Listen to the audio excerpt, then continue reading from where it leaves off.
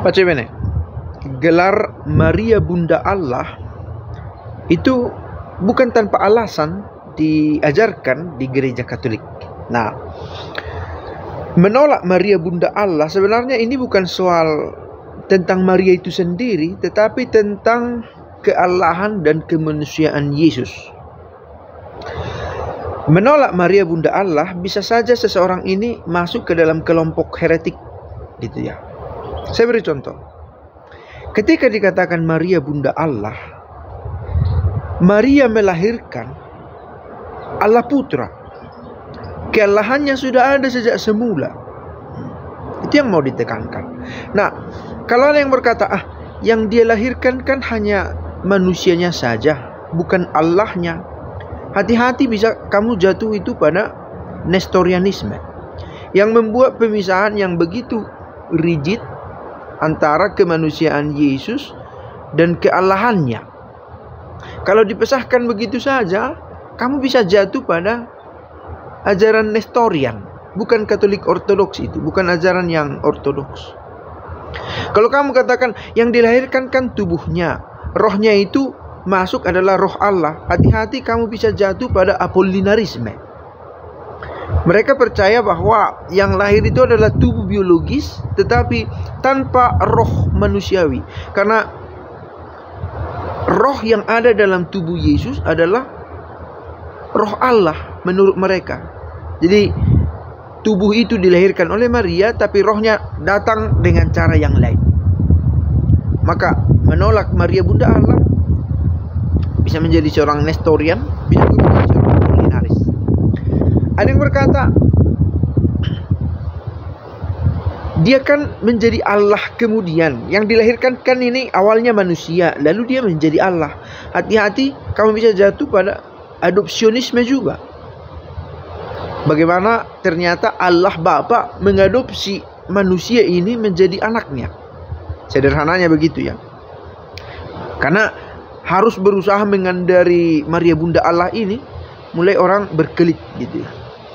Atau kalau kamu katakan Allah itu kan hanya satu sebenarnya, Allah Bapa, begitulah. Nah, yang lahir itu kan manusia, perwujudan dari Allah Bapa yang di atas sana. Hati-hati, kamu bisa jatuh pada kelompok Sabellianisme, pada ajaran Sabellian yang mengatakan bahwa Bapa, Putra, dan Roh Kudus itu bukan pribadi-pribadi yang harus dibedakan, tetapi hanya sebuah manifestasi saja, bahwa cara tampaknya berbeda, tetapi Allah itu kan hanya satu. Itu bisa jatuh pada Sabellianisme.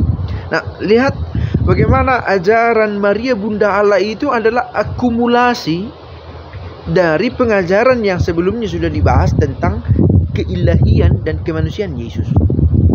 Nah, mereka yang tidak membekali diri dengan konteks teologisnya ini akan langsung berkata, di mana ayatnya Maria itu Bunda Allah? Ini bukan soal ayat. Ini bukan pertama-tama juga soal Maria. Ini adalah tentang Yesus serentak sebagai Allah dan juga manusia. Ajaran-ajaran lain yang menolak ini akan menjadi mirip seperti tadi saya katakan. Saya ulang lagi, Nestorianisme yang membuat pemisahan yang rigid, atau mengatakan itu kan hanya tampaknya saja, manifestasi berbeda, itu Sabellianisme. Atau ada lagi yang berkaitan dengan tampaknya saja, adalah Doketisme, bahwa tidak benar Allah itu menjadi tubuh, hanya tampak seperti tubuh aja katanya. Bisa saja menjadi seperti Apollinarisme, bahwa yang awalnya ada hanya dagingnya, rohnya masuk kemudian. Bisa menjadi Apollinarisme. Ada yang berkata, Sabellianisme, bisa juga menjadi seperti Sabellianisme.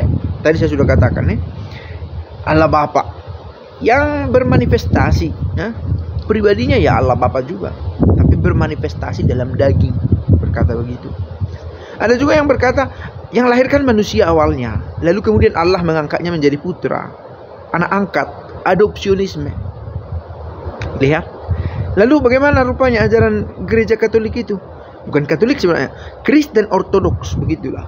Makanya Istilah yang dipakai pun bukan dari Roma, tapi dari berbahasa Yunani, Theotokos. Maria itu bunda Allah, karena yang lahir itu adalah Allah Putra, dan dilahirkan, bukan diciptakan pada waktu itu. Hadir sebagai manusia lewat rahim seorang perempuan dengan cara yang manusiawi caranya, tetapi dia adalah ilahi. Nah, di sana keistimewaannya. Ciao.